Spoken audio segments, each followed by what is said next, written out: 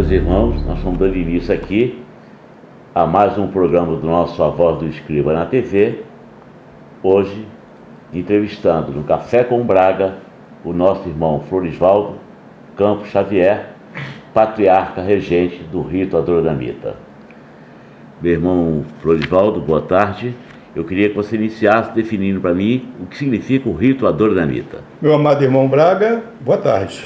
Antes de mais nada, devo esclarecer que é para o Excelso Conselho da Maçonaria Adoramita, em nome de quem me expresso, uma grande honra recebê-lo aqui, não só pelo carinho que nós temos pelo seu magnífico e sublime trabalho de imprensa, que há muito você vem executando neste mundo de maçonaria, mas também pela dispensável fraternidade com a qual você me honra e honra todos nós, vindo até aqui para falarmos um pouco da maçonaria adoramita. Mas só para que a gente não possa perder o fio da meada, eu pediria que repetisse a pergunta.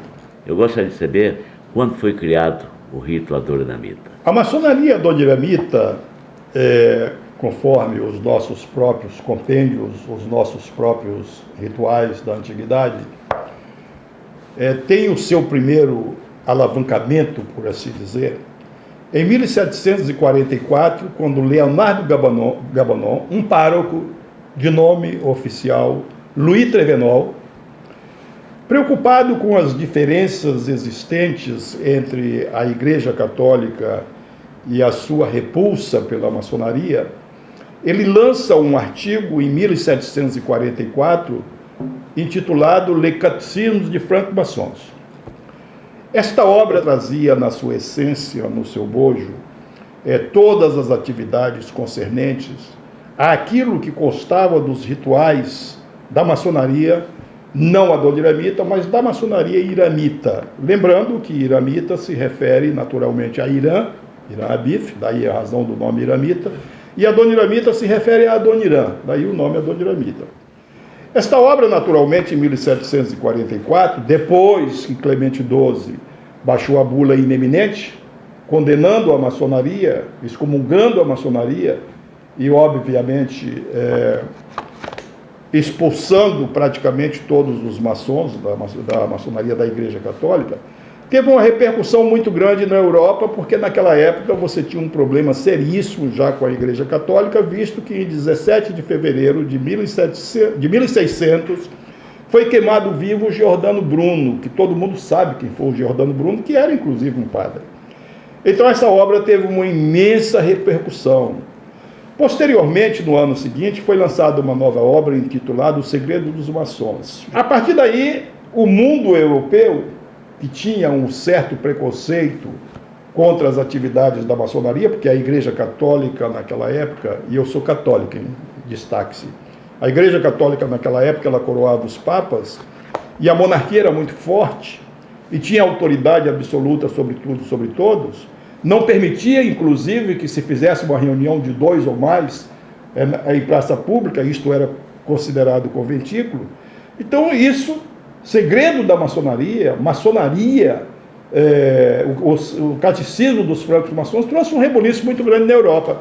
E isso fez com que, já em função da condenação do Clemente XII em 1738, o povo intelectual do iluminismo começasse a observar melhor o que significa, o que era a maçonaria. O resultado disso é que a gente vem até 1781, quando Louis Guillemant de São Victor publica a sua primeira obra sobre a maçonaria, que já era, na realidade, a obra intitulada Recueil Précieux de la Maçonnerie Adoramite, que foi finalmente publicada em 1787 com 13 graus. Porém, antes, em 1781, publicou-se os primeiros 4 graus. Em 1785, Louis Guillemant de São Victor publicou mais 8 graus, perfazendo 12 graus. E, posteriormente, em 1787, foram publicados 2 tomos dessa obra, contendo, naturalmente, mais 1 grau, que foi uma tradução errada de Messier Berrage, que, a partir daí, dessa tradução, se incorporou o 13º grau. Há quem diga que o 13º grau foi incorporado no Brasil em 1873, com o decreto 21 que foi publicado em março de 1783, mas não é verdade, foi incorporado naquela época. Surge assim a maçonaria adoniramita na França, posteriormente ela migra para Portugal, em função das guerras napoleônicas, e depois disso, quando houve a vinda de Dom João VI para o Brasil, já em 1807, final de 1807, a maçonaria adoniramita teoricamente teria vindo para o Brasil em 1807. Não obstante, aqui já estava a maçonaria adoniramita, para alguns autores, não há registro, não temos provas, porque as provas foram destruídas, foram queimadas por aqueles que aprovavam as teses da Igreja Católica. 1796 e até antes já existia a maçonaria adoniramita do Brasil. A maçonaria adoniramita prossegue e já em 1822,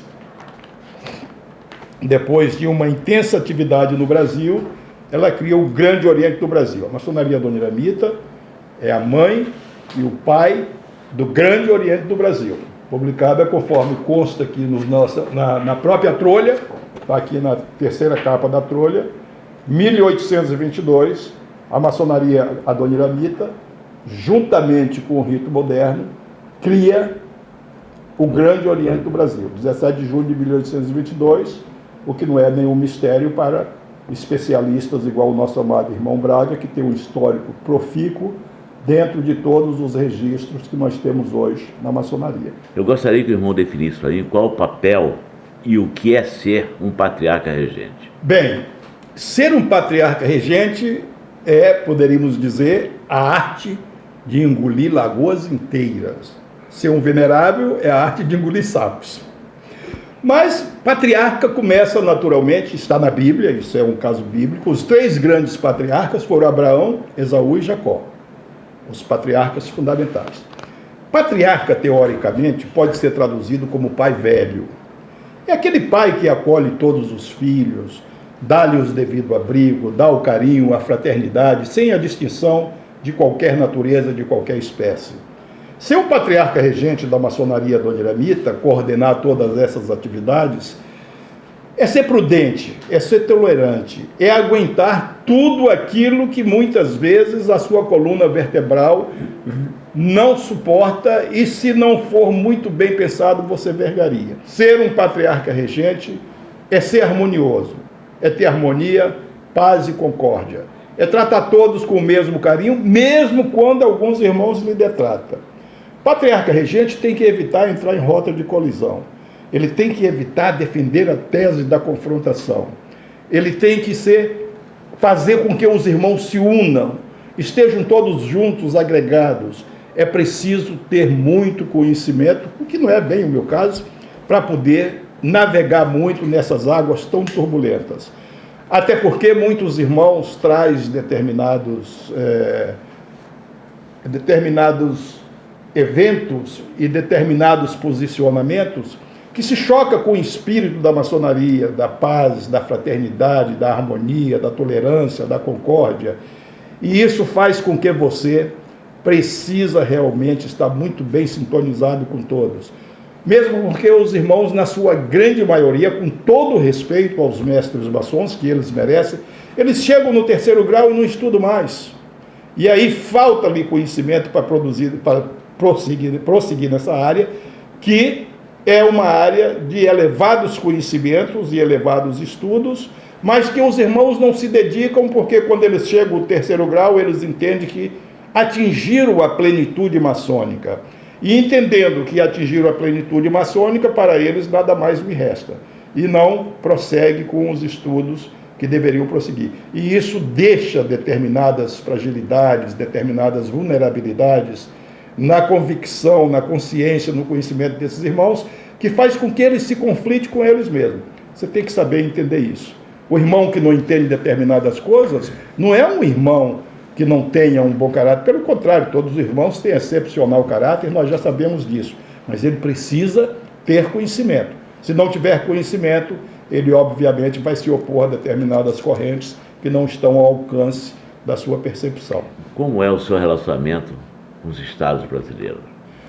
Muito bem. Entre tantas outras coisas, o dever do patriarca regente é defender os interesses da maçonaria, não apenas adoniramita, mas também os interesses da maçonaria universal.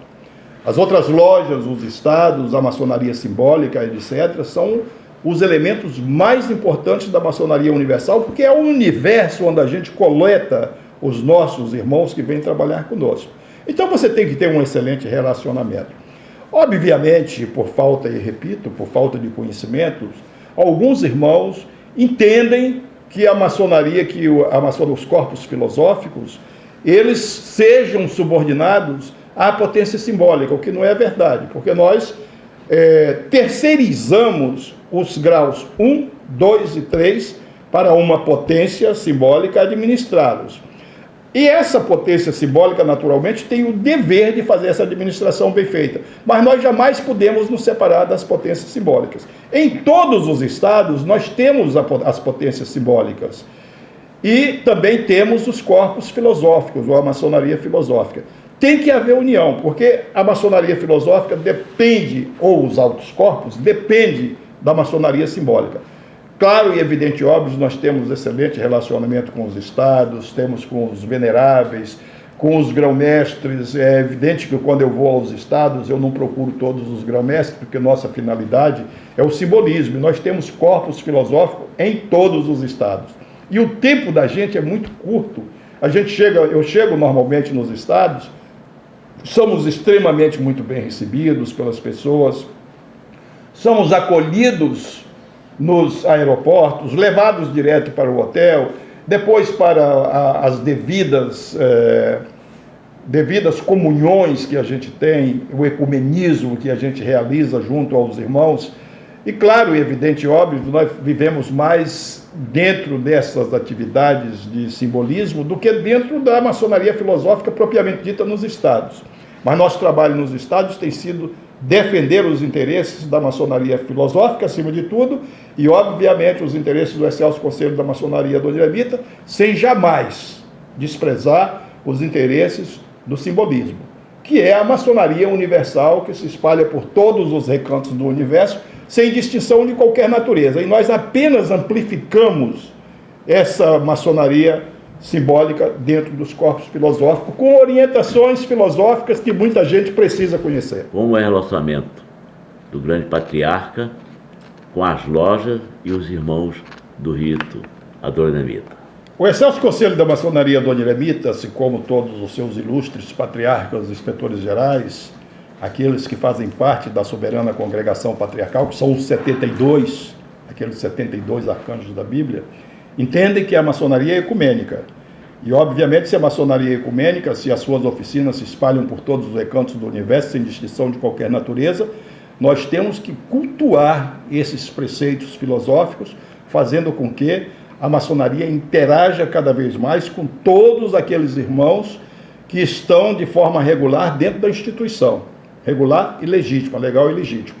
Então, esse é o nosso princípio, é comunismo. Nós nos entendemos muito bem, graças a Deus, e aqui no Excelso Conselho da Maçonaria Dona Iramita, nós estamos abertos, absolutamente abertos, a receber e recepcionar todo e qualquer irmão. Excelso Conselho, eu queria que o senhor definisse para mim o Excelso Conselho e quando foi criado o Excelso Conselho.